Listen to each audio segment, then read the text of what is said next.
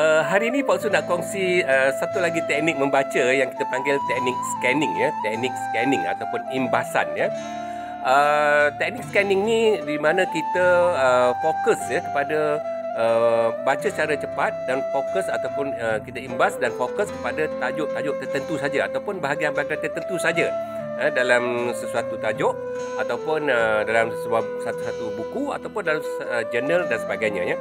Mana kita ada niat nak dapatkan maklumat yang khusus dan tertentu ya. Jadi kita akan fokus pada bahagian itu saja. Tujuan kita baca secara scanning ini adalah untuk kita mendapatkan maklumat khusus atau maklumat yang tertentu sahaja ya. Yang kedua, tujuan kita adalah untuk mungkin membantu kita menjawab soalan-soalan peperiksaan ataupun contoh-contoh soalan. Kita nak cari jawapan ya. Kalau jawapan soalan itu berkaitan dengan topik 5, kita pergi topik 5 lah. Itu pun topik 5 ada pecahan lagi kan ya.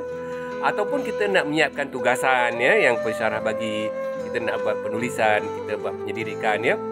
Dan ini memerlukan kita untuk fokus ataupun pergi kepada topik-topik tertentu saja ya.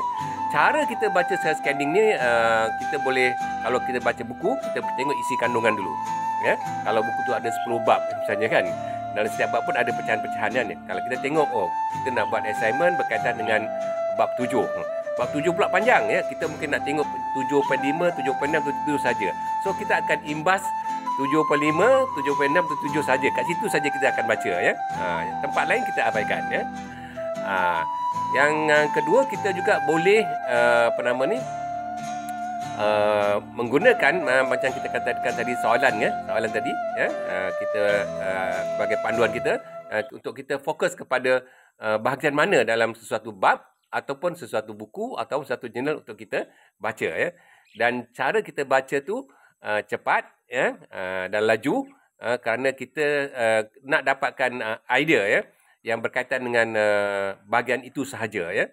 Dan cara secara scanning ini amat praktikal ya bila kita nak siapkan sesuatu tugasan ya, ataupun kita nak buat satu penulisan berkaitan dengan topik-topik tertentu ya. Jadi kadang-kadang kita terpaksa menyediakan 3-4 buku depan meja kita ni ya, atas meja kita, ataupun ada artikel ya, ada majalah. Jadi kita takkan baca semua. Kita akan diimbas perkara-perkara tertentu saja ya.